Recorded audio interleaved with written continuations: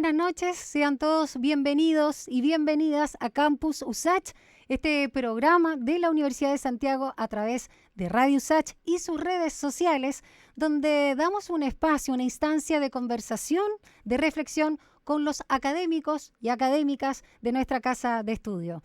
Nos interesa abordar de forma decantada, reflexiva y por supuesto desde las especialidades de nuestros académicos y académicas los principales temas que están en la agenda, desde el tema científico, político, social, cultural y por supuesto la contingencia que está marcando la pauta de estos años o de este año 2020 tan peculiar. Vamos todos los lunes, martes y jueves a las 22 horas y hoy de forma excepcional hemos partido un poquito más tarde esta noche luego del partido entre Católica y Vélez que transmitieron los ecos del VAR.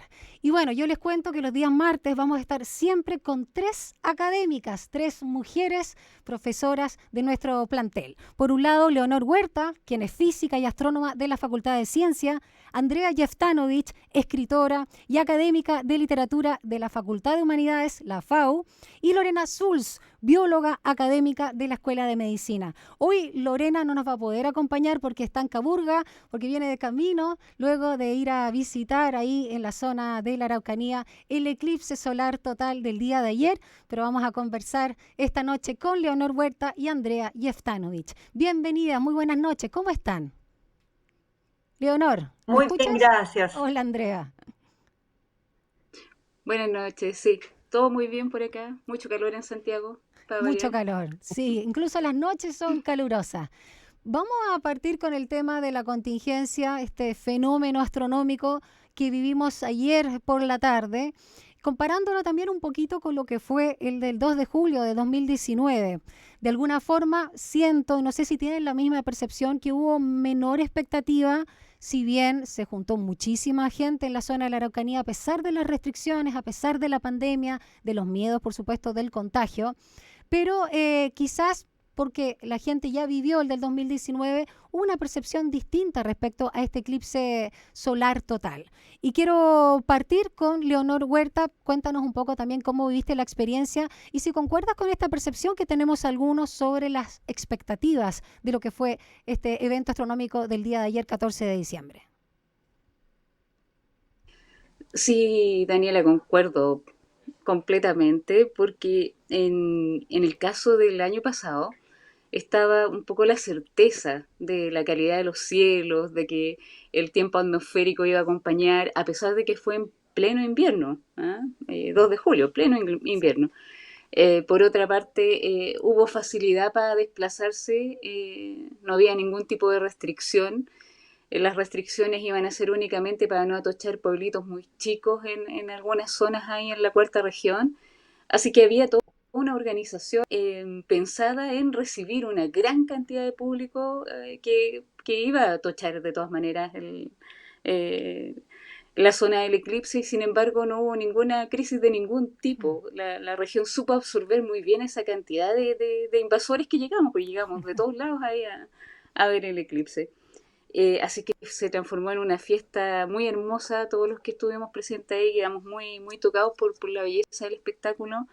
Y este año nos toca un año con COVID, ¿ah? En que algunos teníamos la esperanza de que tal vez íbamos a estar con muy buenos números a partir de octubre, Mm. noviembre, ¿ah? Viendo un poco lo que estaba pasando bueno, Nueva Zelanda y en otros países en que estaban logrando controlar el tema. Y también viendo algunos casos en Europa, pero la triste realidad es que llegamos con unos números horribles y que había que realmente estar muy convencido de viajar al sur. Sí. Yo creo que los que más viajaron fueron personas jóvenes o mayormente jóvenes o que no tuvieron la posibilidad de después volver y contagiar a sus seres queridos de la tercera edad. Viajé en tribu con toda mi gente, ¿ah? Todas las edades, ¿ah? Desde mis sobrinas y mi hija muy pequeñita hasta mi madre, ¿verdad? Ya anciana. Viajamos al norte y fue toda una experiencia familiar. Y esta vez, y ahí mismo dijimos, bueno, el próximo año vamos al sur, pero rápidamente viendo los números, viendo cómo está desarrollándose la enfermedad, no había cómo. no había cómo volver a repetirlo. ¿Ah? Así es Exacto. que, de todas maneras, fue harta gente para lo peligroso que era. Eh, eh, Vamos a ver en 2 semanas más si tuvo algún efecto Mm, que la gente se acumulara en ciudades turísticas como Pucón. Habría sido bueno un poco decirle a la gente que podía extenderse en toda la franja de la Umbria, si son 100 kilómetros pero de se ancho de la agruparon. franja, no tenían por qué estar todos en Pucón y en Villarrica. Ah, Sí, ojalá les pasa hubieran eso. en el fondo organizado un poquito más, ya que no controlaron el acceso. Una vez que no lo controlaron, tendrían que haber tenido un plan B para distribuir a la gente y mostrarle que podía ver en cualquier lado. En el norte pasó eso, había gente en todos los pueblitos Mm. chicos, en todos los caminos para arriba de la cordillera, en la playa, pero todo lo extenso de la playa. Entonces, simplemente concentré en las ciudades. Yo creo que va a tener algún nivel de consecuencia, ojalá no, ojalá la gente haya tratado de mantener la distancia física. Y lo que sí estoy segura es que con o sin sol negro, con o sin los cielos despejados, de todas maneras, ver el eclipse incluso entre nubes es una tremenda experiencia. Sin duda. Gracias, Leonor. Andrea Jeftanovich, ¿cómo viviste este eclipse total del Sol el día de ayer respecto también a lo que comentaba Leonor del 2 de julio? Sí, la verdad que el anterior no lo pude ver porque estaba fuera de Chile, de modo que yo sí fui de los que esperaba con expectativas presenciar de todos modos este eclipse que era quizás un poco más esquivo para la Mm, zona de Santiago, de región metropolitana. Claro, a diferencia de Leonor, yo no soy experta y lo miro desde alguien que desde las humanidades, pero como experiencia es curioso incluso a nivel de silencio y energía lo que se genera. Yo lo viví en el patio de mi casa, un lugar muy, ¿verdad?, cotidiano en esta vía de teletrabajo. Y, a ver, cosas que me llamaron la atención, el efecto sombras, las mm. sombras en el piso. De hecho, yo creo que como todos los santiaguinos aficionados, no expertos como con la indumentaria y la tecnología que tiene Leonor, sacamos fotos con nuestros celulares. Interesante el juego de sombras y de la... Es muy raro durante el día, porque esto fue alrededor de la 1 de la tarde, Claro. sombras que nunca aparecían en el jardín a esa hora, era una nueva proyección, una nueva experiencia. Luego baja la temperatura, ¿verdad? Eso es evidente. Hay un cambio de luz en el cielo, hay sombras que nunca habías visto, no sé, por ejemplo, en mi caso, en los estantes del libro, de los libros, de las cosas que están cerca de las ventanas, era otra forma de apreciar la casa a la 1 de la tarde. Y sin ser esotérica, algo se genera. Yo sentí que era un día con un poco de recogimiento, de reflexión, de meditación, había como una baja energía, no era un día indicado para hacer miles de actividades, sino por el contrario.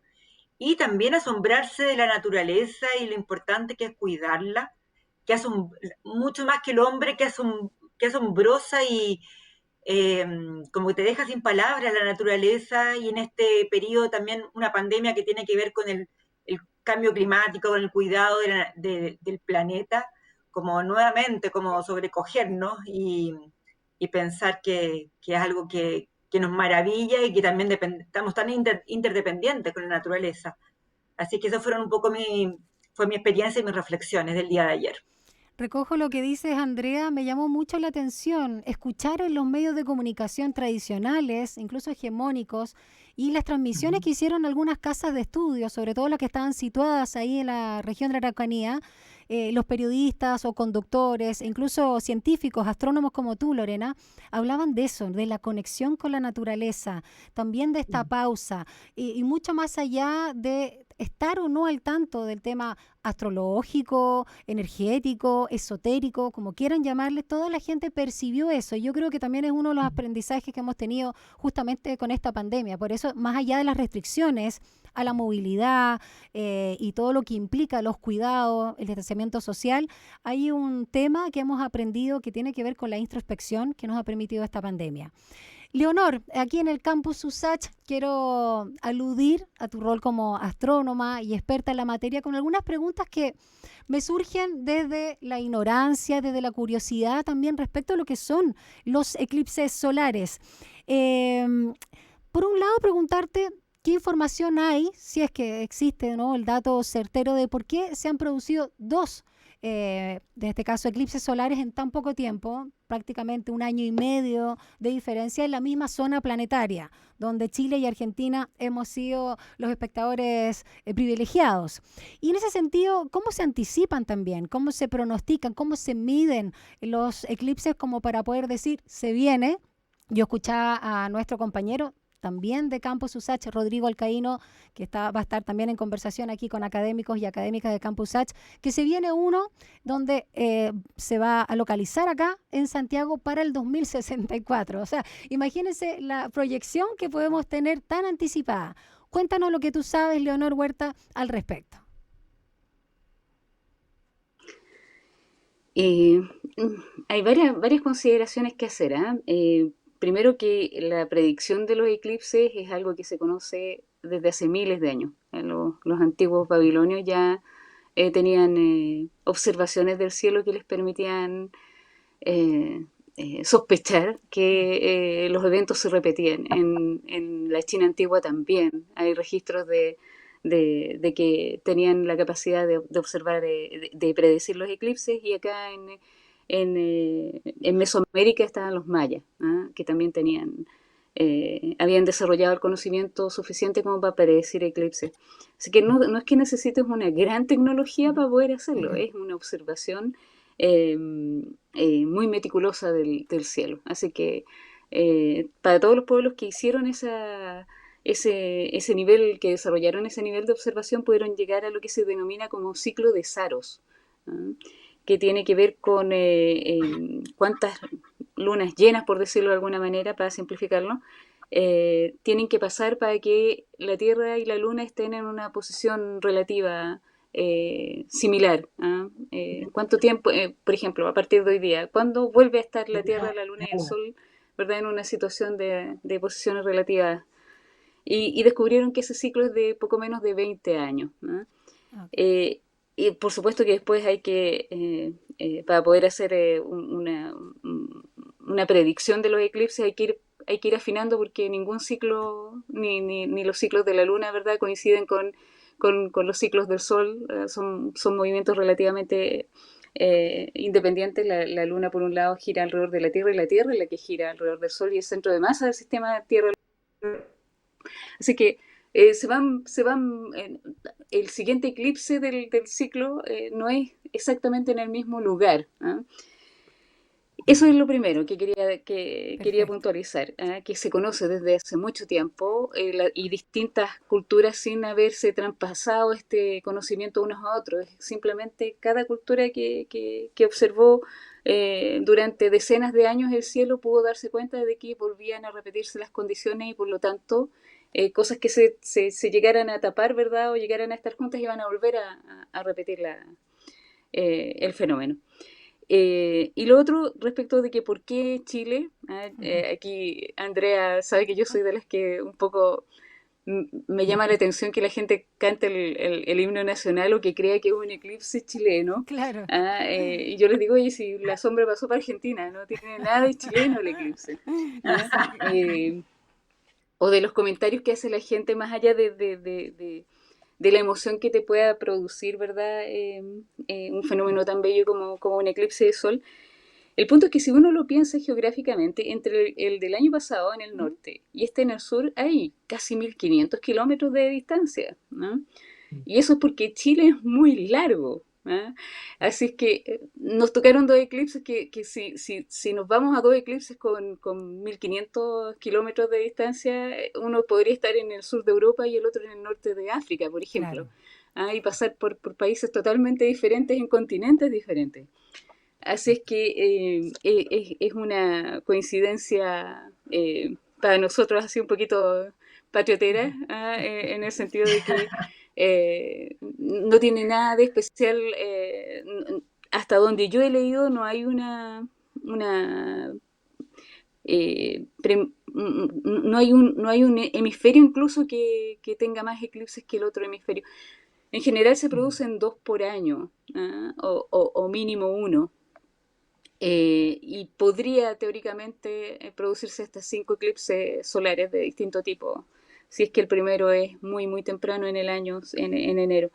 Pero en general lo que uno puede ver en las tablas de eclipses son 2 o 3 eclipses.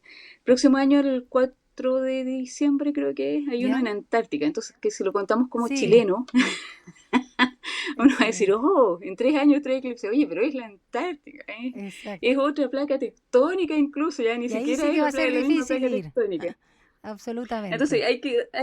hay una cuestión de geopolítica más que de la naturaleza que nos Claro. hayan tocado estos El factor eclipses. En todo humano que caso, siempre está interviniendo. Exacto. Buenísimo. interpretando ahí. Así que Exactamente. Leonor Huerta, Andrea Jeftanovich, vamos a ir a la primera pausa musical de este campus USACH y vamos a seguir conversando sobre temas de contingencia luego de lo que fue el día de ayer con este eclipse total. Vamos con Queen, ya regresamos.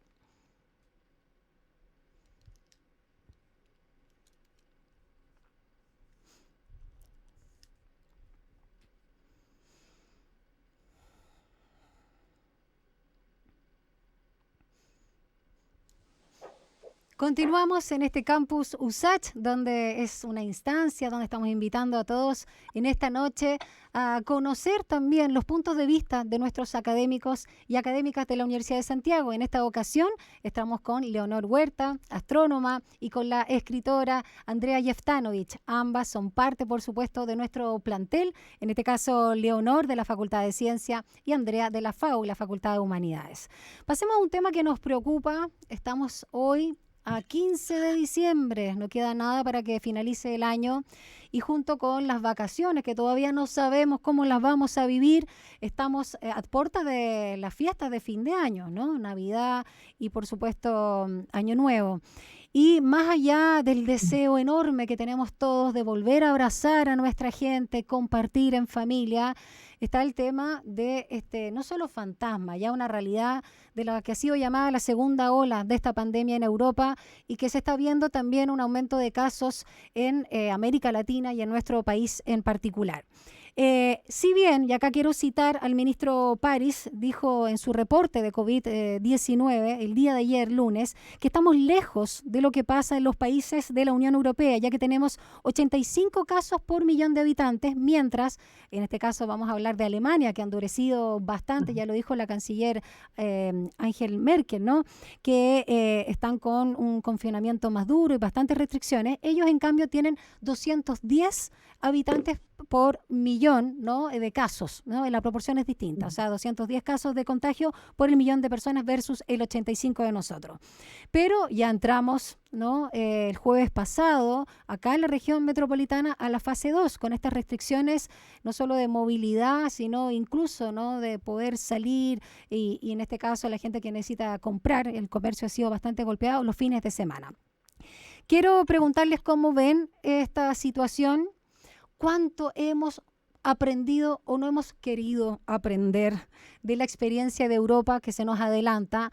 A sabiendas además que Magallanes y Punta Arenas en particular ya vivió la segunda ola porque en paralelo con Europa tuvo los primeros casos de COVID acá en Chile, a propósito también de los cruceros.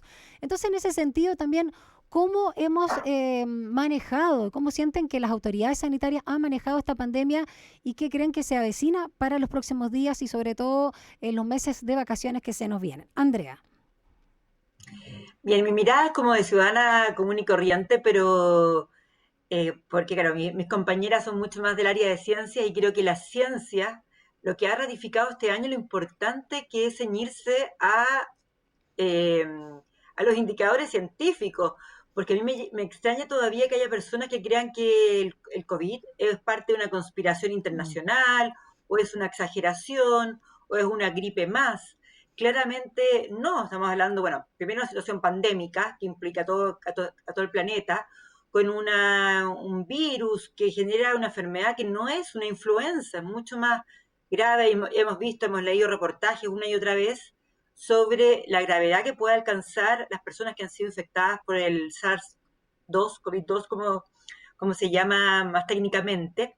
Ahora, en cuanto a tu pregunta de las autoridades, yo creo que ha sido sumamente confuso, porque en una misma semana, por un lado, se inauguró Yo entiendo como la intención, la buena intención humana, por ejemplo, retomar las vacaciones de la tercera edad, que es un programa del gobierno. Mm. De pronto uno ve ese gesto que se retoman estos paseos, aunque sean por el día. Uno dice, bueno, es porque los casos están bien, porque justamente la tercera edad es el grupo más delicado. Exacto. Y por otra parte se abre el aeropuerto, cuando muchas veces serán vuelos que vienen de los países que están teniendo una segunda ola, que quizás mutó el virus, no sé. Y después, en esa misma semana, terminan el lunes anunciando que Santiago regresa a la fase 2 con este confinamiento más estricto durante el fin de semana. A mí me resulta sumamente confuso. Y luego, creo que hay algo que tenemos que tomar en cuenta, que somos una sociedad muy desigual.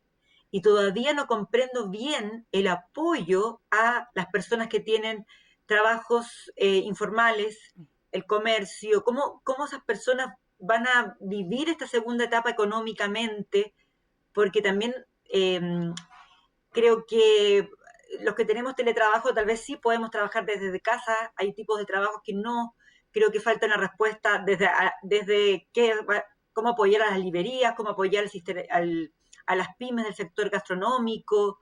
Ese plan tampoco me queda muy claro. Y por supuesto que somos también, hay algo que tiene que ver con la idiosincrasia, somos un país y ciudadanos, los latinoamericanos, un poco indisciplinados, y que tal vez sí hubo una cosa media de desbande de las fiestas, de las juntas con muchas personas, de moverse mucho, pero creo que también falta una campaña educacional que se transmita por radio, televisión, clarísima. Eh, entonces, yo creo que ha sido muy confuso. Eso es lo que como, y creo que debemos exagerar en los cuidados y en la campaña educacional. Leonor, retomando las palabras de Andrea y considerando, y ella además como experta en el lenguaje, como escritora, más allá del mensaje confuso que evidentemente hemos visto muchos de los ciudadanos y ciudadanas de nuestro país y también gente del mundo político o gente experta también en la materia de la salud pública, ha criticado duramente, ¿no?, la falta de liderazgo o de coherencia que ha existido en la autoridad, en el Ejecutivo y con los diferentes, en este caso, ministros de salud. Tomando también eso, quiero preguntarte si tú encuentras que son efectivas estas medidas. Si tomamos la región metropolitana, una de las más, por supuesto, habitadas, ¿no?, populosas de todo el territorio, de estar confinados el fin de semana, pero pudiendo trabajar y salir de lunes a viernes. En términos de la eficiencia, estratégicamente, sirven, porque aquí están apuntando a que es el contagio de alguna forma intradomiciliario o social, como decía Andrea. Oh, es tan compleja la situación, Daniela. Yo creo que confuso, incluso es muy amable de parte de Andrea. Yo creo que es poco transparente y poco y hasta contradictorio en algunos casos por algo, no sé, yo creo que el 2021 se ha transformado en el año de los memes, ¿ah? Respecto del manejo de las autoridades. Y no solamente en Chile, incluso en algunas potencias, lo que también nos ha hecho valorar algunos liderazgos femeninos, ¿ah? Como Angela Merkel, por ejemplo, que ya la conocíamos, pero también en Nueva Zelanda, ¿ah? Que no era tan conocida por estos lados. Eh, pero uno, a ver, desde la posición de un científico, lo que molesta un poco, y a mí que veo canales internacionales también consulto mucha fuente internacional, tú veías, por ejemplo, los reportes en Gran Bretaña, y el reporte lo hacía no un organismo gubernamental, ¿ah? Todo el manejo del COVID estaba en manos de la comunidad científica. Y en Alemania también. Entonces tú mirabas y decías, pero qué maravilla, ¿ah? Está la autoridad política escuchando claramente lo que le tiene que decir la comunidad científica. Y eso acá, lamentablemente, no se vio con ya dos ministros que se dedican a polemizar con expertos, ¿verdad?, que opinan a través de redes sociales, porque tampoco les dan mucho espacio en los medios más tradicionales. Y uno ha tenido que en el fondo también ir siguiendo esas opiniones de grupos que están haciendo o tratando de sacar modelos, ¿verdad?, de modelar, de ver cómo cuadran los números, pero resulta que la autoridad también tiene secuestrado un poco los datos, ¿eh? Entonces, esa falta de transparencia a uno le genera mucha desconfianza. Y por supuesto que parece contradictorio que se permita ir a las 7 de la mañana en metro, ¿verdad? Claro. Absolutamente congestionado, y después no puedas salir a caminar al A la parque, a plaza. relajarte un poco.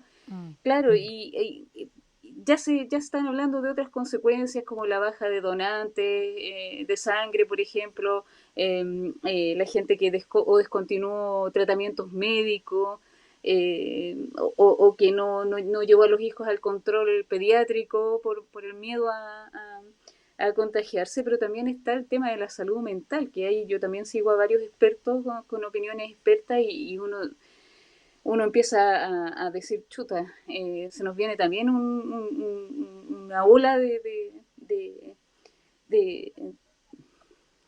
¿cómo se puede decir?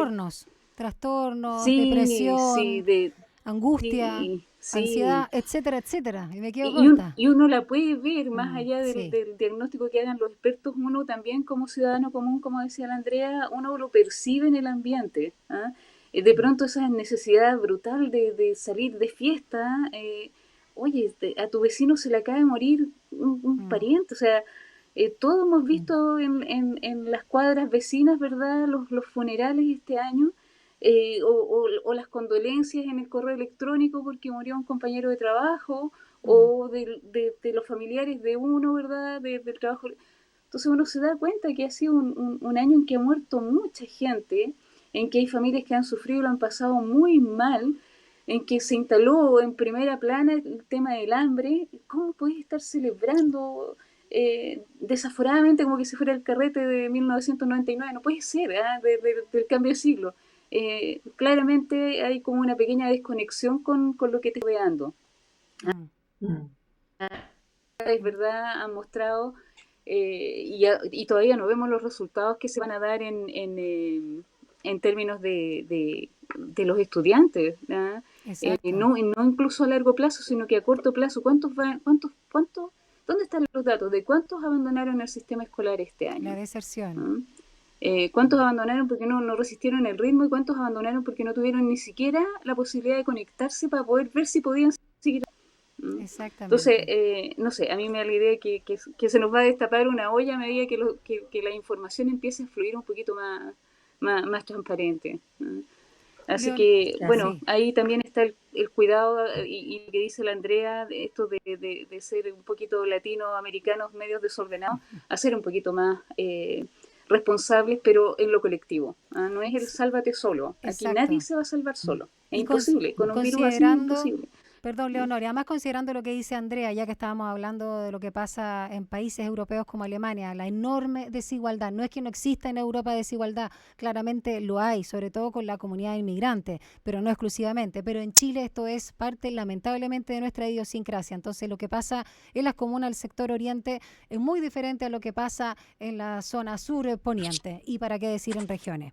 En este bloque también me gustaría hablar del tema de la vacuna. ¿Cómo perciben lo que está ya sucediendo cuando se está empezando a inocular, cuando la FDA ya ha aprobado, en este caso, esta vacuna para Estados Unidos, ¿no?, Pfizer, y cuando Chile esta semana, a través del Instituto de Salud Pública, también va a hacer las respectivas, digamos, certificaciones para ver si en los próximos días, meses, para el primer trimestre del 2021 podemos contar con una inoculación, con una vacunación más o menos masiva, al menos de la masa crítica de lo que llamamos población de riesgo.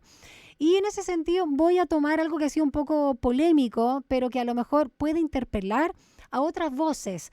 Ya no solo la gente que es antivacuna, sino que tiene temor de esta vacuna que se ha desarrollado en forma abismante de tan poco tiempo, ¿no? Muy aceleradamente, y más allá de las teorías conspirativas de que si ya la tenían de antes y todo eso, me voy a salir de ese esquema, sino más bien del riesgo que puede haber en la salud de algo que podría presentarse como experimental, a pesar de estas farmacéuticas y laboratorios que están detrás y que no es solo uno. Entonces, quiero recoger las palabras del diputado de Renovación Nacional, Gonzalo Fuenzalida, que dijo que si bien no era antivacuna, él no se iba a vacunar, y es un parlamentario, ¿no? Lo dijo públicamente, porque no confiaba 100% en esta vacuna. ¿Cómo lo ven ustedes, además considerando el carácter voluntario de una vacuna para una pandemia de estas dimensiones? Andrea, parto contigo y luego veo con Leonor ahí su opinión como experta también, o por lo menos del área científica. Pero Andrea, me interesa por supuesto también tu opinión. Sí, Una vez más el mensaje. claro, sí, por supuesto. De parte de las autoridades ahí tienen que, no pueden regir las opiniones individuales. Yo creo que todos los políticos, los parlamentarios, tienen que tener una mirada país respecto a cómo se va a enfrentar la pandemia, el COVID, desde el punto de vista de las vacunas. Entonces, si el Estado compró determinadas vacunas y los mismos políticos, autoridades dicen que no se va a vacunar, nuevamente estamos frente a un mensaje contradictorio. O sea, muy distinto que mi vecino diga que no se va a vacunar a que alguien que Claro. representa, ¿verdad?, el estamento político, que tiene que respaldar lo que se está haciendo como país para enfrentar eh, esta dura enfermedad.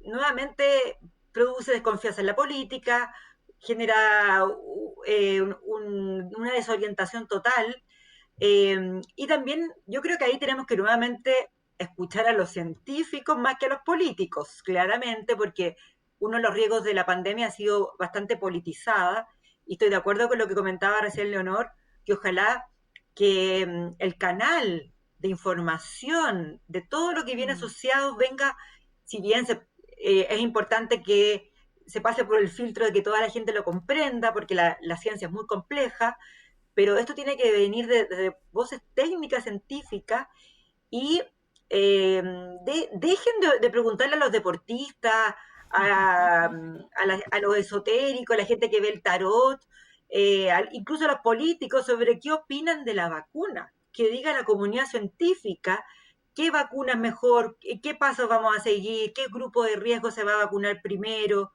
Entonces, nuevamente, el canal para mí legítimo es la comunidad científica.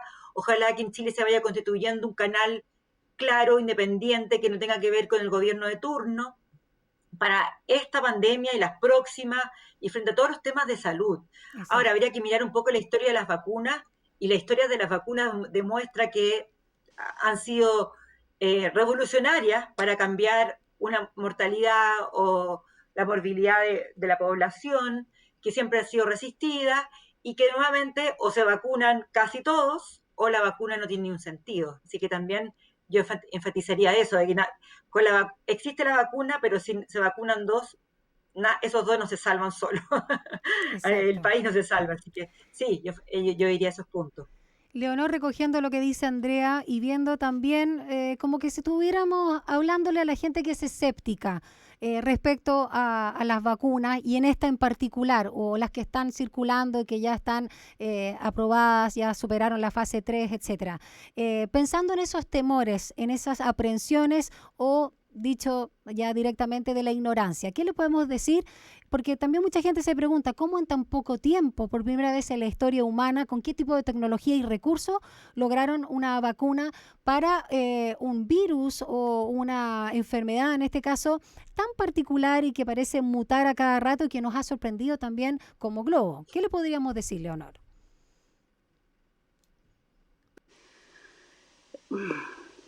Eh, Respiras profundo. sí, es que la respuesta Ay, ay, ay. es multidimensional, un poco lo que nombraba Andrea también respecto de la educación. Yo creo que nunca antes habíamos hablado tanto de vacunas como ahora. El COVID lo instaló y se instaló como primera prioridad para poder eh, tener algún respiro respecto de cómo ha arrasado en contagios el COVID, ¿verdad?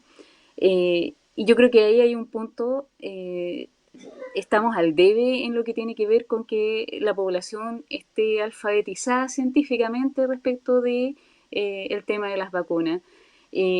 Pero más allá de conocer solamente cómo lo hace la ciencia, ¿verdad? Y los tiempos que toma, y más que los tiempos, porque los tiempos a veces también tienen mucho que ver con los recursos de los que se Sí. disponen para poder desarrollar una vacuna. Y esta vez, por supuesto que es rápido, pero también había una cantidad de recursos humanos, una cantidad de cerebros, ¿verdad?, trabajando y un montón de recursos financieros para que pudieran desarrollar la vacuna lo más rápido. ¿Ah? Así que lo que habla de que eh, si se invierte en recursos monetarios, ¿verdad?, y en recursos humanos, por supuesto que se puede avanzar más rápido. Esa es una cosa. Ese, Lo perdona, otro es que un tirón de oreja ninguna... para el PIB científico en nuestro país. Paréntesis, Sí. perdón la interrupción. Sí, sí, totalmente, totalmente.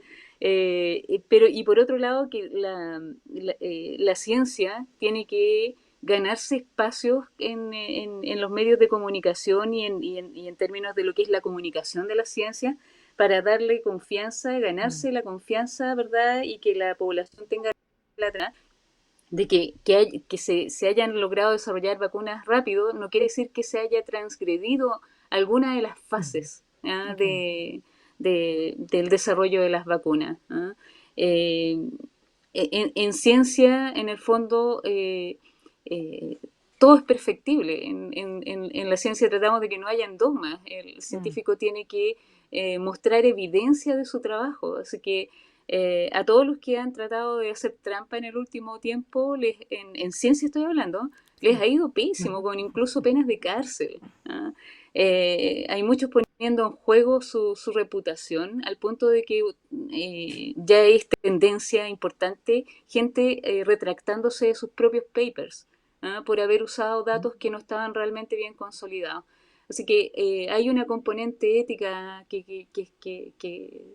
que se está instalando con más fuerza a partir de que, bueno, también hay gente que también no tiene un comportamiento a la altura, pero el que no tiene un comportamiento a la altura en el mundo científico rápidamente queda en evidencia, porque Excluido. alguien que dice Mm, algo en un paper, el resto de la comunidad científica va a ir a ver qué tan cierto es lo que está diciendo. Y no es uno, son varios grupos en distintas universidades, en distintos países que van a rápidamente decir, oye, ¿sabes qué? A mí esto en realidad no me resultó así. Y tarde o temprano, y en plazos bastante cortos, queda en evidencia que mm. un estudio puede no estar entregando resultados válidos para construir más conocimiento, sino que tiene que ser desechado. Así que ahí hay un tema pendiente para el mundo científico, para la comunidad científica. No puede ser que entre nosotros nomás sepamos que las cosas se hacen de una cierta manera, y todo lo que significa generar nuevo conocimiento. La sociedad en su conjunto, para que valore como corresponde el trabajo de la ciencia, bueno, la ciencia tiene que hacer el trabajo de mostrar Exacto. cómo es que genera conocimiento y cómo el conocimiento que genera influye en el desarrollo de la tecnología y en el desarrollo de mejores condiciones de vida para la humanidad. Leonor, en ese sentido, recogiendo tus palabras, también nos podemos quedar tranquilos por lo mismo, por lo que implica la rigurosidad científica que hay detrás en el desarrollo de estas vacunas, de Pfizer en particular, y por supuesto también de que existiendo todos los recursos de estas mentes brillantes y por supuesto los recursos tecnológicos, se puede en ese sentido también confiar en que puede ser una vacuna tan, digamos, eficaz y confiable, una vez más, insisto, como las que se podrían haber logrado en un periodo mayor de tiempo, ¿no? Bueno, vamos a ir a una nueva pausa acá en Campus USACH en esta noche. Vamos a seguir escuchando música y regresamos con el último bloque donde ya nos vamos a adentrar en el mundo de Andrea Jeftanovich. No es que sea excluyente tuyo, Leonor, por supuesto, pero vamos a hablar un poquito ya más de arte, literatura y también activismo y feminismo por una lamentable noticia también que tuvimos de un hecho que ocurrió la semana pasada. Vamos con el cruce, vamos con la música, ya regresamos. Estamos de regreso en este campus USACH con nuestras académicas de la Universidad de Santiago. Estamos con la escritora y académica de la Facultad de Humanidades, Andrea Jeftanovich, y con la astrónoma y también académica de la Facultad de Ciencias, nuestro plantel, Leonor Huerta. Vamos ahora a otro tema que ha marcado la agenda, que escapa de lo que hemos estado hablando inicialmente, que son estos como eventos mundiales o fenómenos. Por un lado, la pandemia, que ya hace tiempo obviamente nos afecta, y este regalo de lo que fue el eclipse solar en el ámbito de la astronomía del día de ayer. Y vamos a partir con una noticia lamentable, ¿no?, que ocurrió, si mal no recuerdo, el jueves pasado, donde fue asesinada una periodista y también activista, no solo por los derechos de las mujeres, sino también de los niños, en este caso afgana. Estamos hablando de Malala Maiwad. Y en una situación bastante, obviamente, de horror, ¿no? Fue asesinada a tiros junto también a su conductor cuando salía de su casa, y a los pocos días del suceso, del asesinato propiamente tal, fue reivindicado por un Estado islámico. Más allá de quien perpetre este acto, esto obviamente nos vincula con todo lo que ha pasado con las altas tasas de femicidio a nivel planetario, y donde se han incrementado con esta pandemia, y con el temor o el terror del todo que hay en las mentes patriarcales, que pueden estar hoy encarnadas en hombres, pero no exclusivamente, con no solamente el empoderamiento femenino, sino con esta visión que es inclusiva, que es amorosa, que es respetuosa, a propósito de los liderazgos tan positivos que hemos visto en ministras, por supuesto presidentas, lideresas, ¿no?, finalmente alrededor del mundo. Así que, Andrea, quiero partir contigo sobre qué señal hay aquí cuando ocurren estos hechos, no solamente en un país que quizás a nivel cultural nos parece tan extraño o tan diferente, pero que lamentablemente es algo que permea y que trasciende justamente las culturas y los tiempos. Sí, no es la primera vez que se ve esto, cuando algunas mujeres, ¿verdad? Las mujeres van tomando más protagonismo en el espacio público, por ejemplo, a través del periodismo, de conducir un programa de Mm. televisión o de radio, o en la prensa escrita, en países con conflictos complejos, como puede ser Afganistán, como ha sucedido también en México. Hemos visto justamente crímenes con mayor ensañamiento hacia mujeres que son líderes de opinión.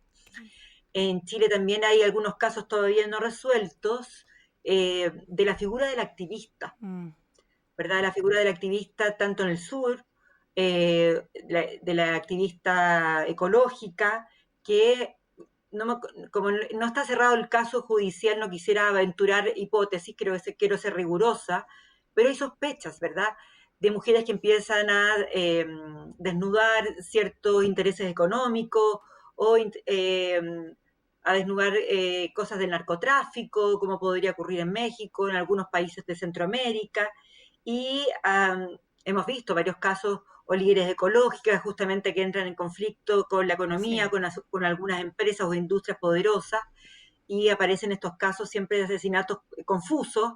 A veces no tenemos idea del autor intelectual material de ese asesinato. En este caso se lo atribuyó el Estado Islámico, Mm. que seguramente no conozco bien las estadísticas de Afganistán, pero me imagino que no es una sociedad muy amable con las mujeres.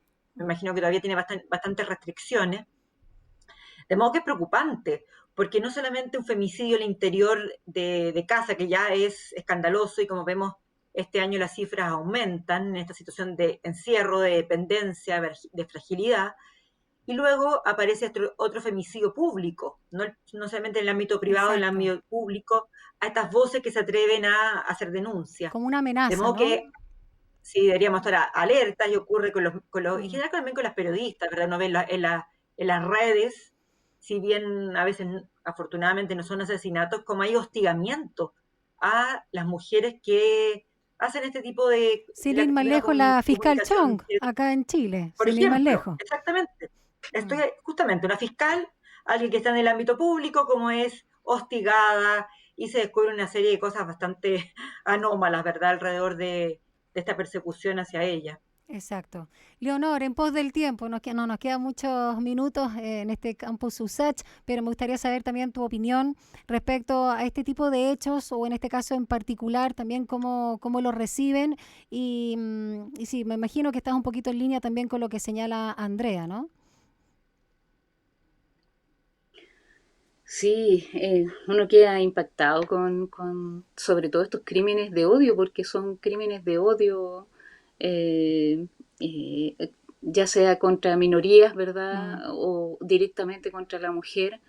Eh, es un poquito desalentador. Pero también, por otro lado, uno ve a las mujeres en los distintos países eh, levantar sus voces, ¿ah? Y sobre todo a mujeres jóvenes, que es sí. lo que da más, ¿cómo se puede decir? Más esperanza, Mm, ¿ah? De que tengan otros paradigmas distintos de las mujeres más antiguas. Yo veo avances en ese sentido. Y en Estados Unidos usan una palabra, este sisterhood, ¿ah? Que es como una red de apoyo de mujeres más que una hermandad. mm, Y para mí siempre ha sido un tema bien importante, que las mujeres tenemos que establecer redes de apoyo para de alguna manera contrarrestar la discriminación.